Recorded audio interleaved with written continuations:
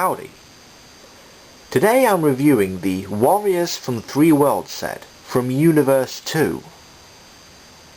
This is basically a reissue of 3 Cybertron toys. So for those who have wanted me to review figures from the Unicron trilogy lines, well, you got your wish. First, Scattershot. His alt mode is a half-track missile truck, and while the general proportions are good, the truck alone feels rather small even for a scout. It's practically dwarfed by its own turret.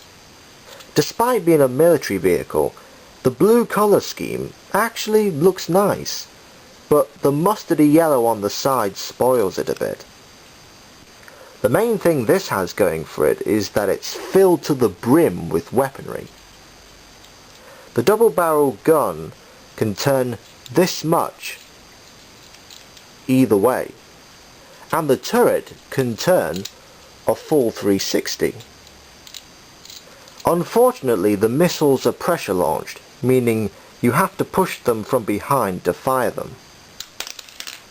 He comes with the Earth Cyberplanet key, which you plug into the back of the turret, and a grenade launcher flips out.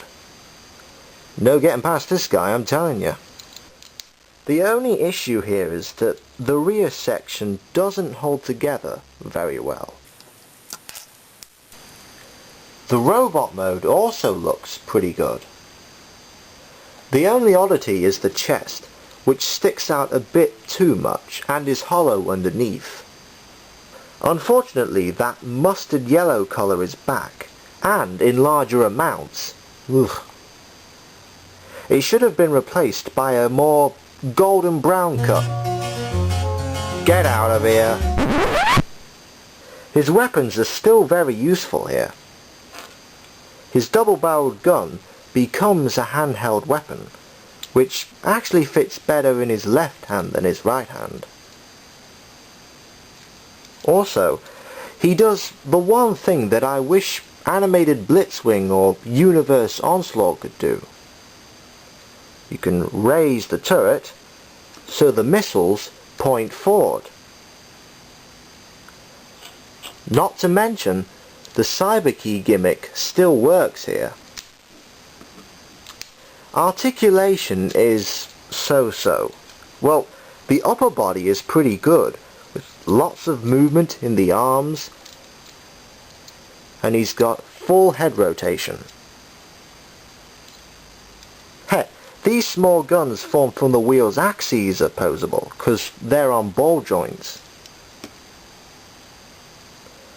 But because of the way he transforms, his hips and knees can only move sideways. It's a pity because, as I've said, this is one heavily armed scout, one that screams to have dynamic poses available. Oh well. Next, Repugnus. This is a repaint of Cybertron Undermine, who I don't have, by the way. That figure had a very jungle-themed green and gold colour scheme. This one has more volcanic colours: black, bronze, red, and orange yellow. The latter two colours also hint at the G1 Monsterbot with the same name. That aside, all the previously mentioned colours, as well as the silver, just looks dynamic in general. The beast itself is a Spinosaurus, and it looks really cool. It has a nice, fierce face, some claws, and a tail with the tip covered in spikes. His rear legs and tail are pretty poseable. His forelegs and his head, not so much. In fact, the latter tends to split when I move it down, annoyingly. Repugnus comes with the Jungle Cyberplanet key. Plug it into his fin, and a blade flips out. It's nice, but it'd only be useful for targets falling on top of him. Sadly, the robot mode is where things start to get iffy. It looks way too similar to the beast mode for my liking. Other than the new parts, everything else is more or less the same, and the new parts themselves are a bit of a stretch. The head is barely recognizable as one, with only 2 optics moulded into the fin. The arms are also rather flat, and would probably look a little better if the Spinosaurus halves were facing the outside. At least they added this waist transformation joint. He looks more humanoid with it. The Cyberkey gimmick still works here, but at this point, it just looks ridiculous. As for articulation, the legs are just as posable. The new arms have a lot more range of motion, but his head is now fixed, so it kinda balances things out.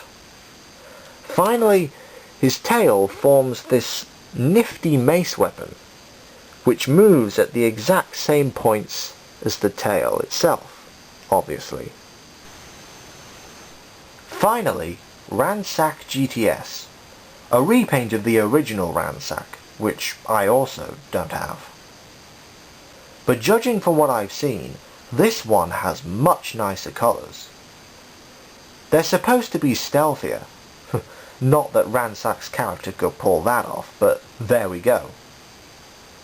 It's also an original combination.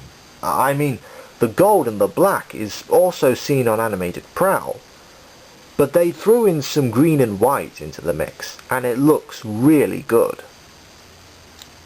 I also like the teal paint apps in places. The alt mode itself is a futuristic looking motorcycle. It's very sleek and feels like it could go incredibly fast. There are a few gaps on the sides, and the robot fists are clearly visible here. Other than that, this mode is fairly solid. One thing that makes him stand out above all other motorcycle formers is that his tyres are fat enough to help him stand up without the need of a kickstand. The robot mode is a bit spindly, but that's kind of expected given the alt mode. Between the proportions and the smirk molded onto his face, he looks like some sort of devious, agile crook. Of the 3 figures in this pack, Ransack GTS has the best articulation. He even has waist rotation, despite it not being needed for transformation. Heck, he can even look forward at the waist. His arms and legs also have a great range of motion. So there are lots of poses you can put this guy in. He comes with the speed Cyberplanet key, which plugs into this piece here. And it becomes a double-barreled gun. Technically this works in vehicle mode as well, but it looks better here. The only downside is that it looks ludicrously large when held. As individual toys, Repugnus would be mildly recommended, Scattershot recommended, and Ransack GTS strongly recommended. As a set, it's worth picking up, but mainly if you can find it on a clearance. Next I'm reviewing 2 figures that could be considered as the real gear robots for Revenge of the Fallen.